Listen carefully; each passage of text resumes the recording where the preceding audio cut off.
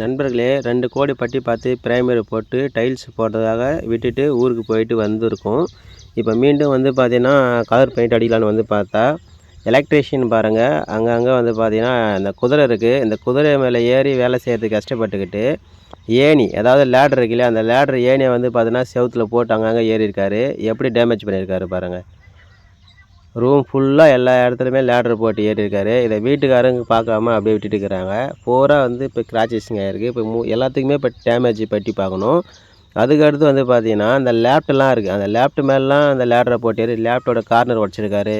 அதே மாதிரி இந்த லேடர் அங்கங்கே எடுத்து போகும் பஸ்ஸில் எல்லா இடத்துலையுமே உடச்சி வச்சுருக்காரு. இந்த மாதிரி வந்து நிறைய பேர் வேலை செஞ்சிட்ருக்காங்க. இதெல்லாம் வந்து மிக தவறு.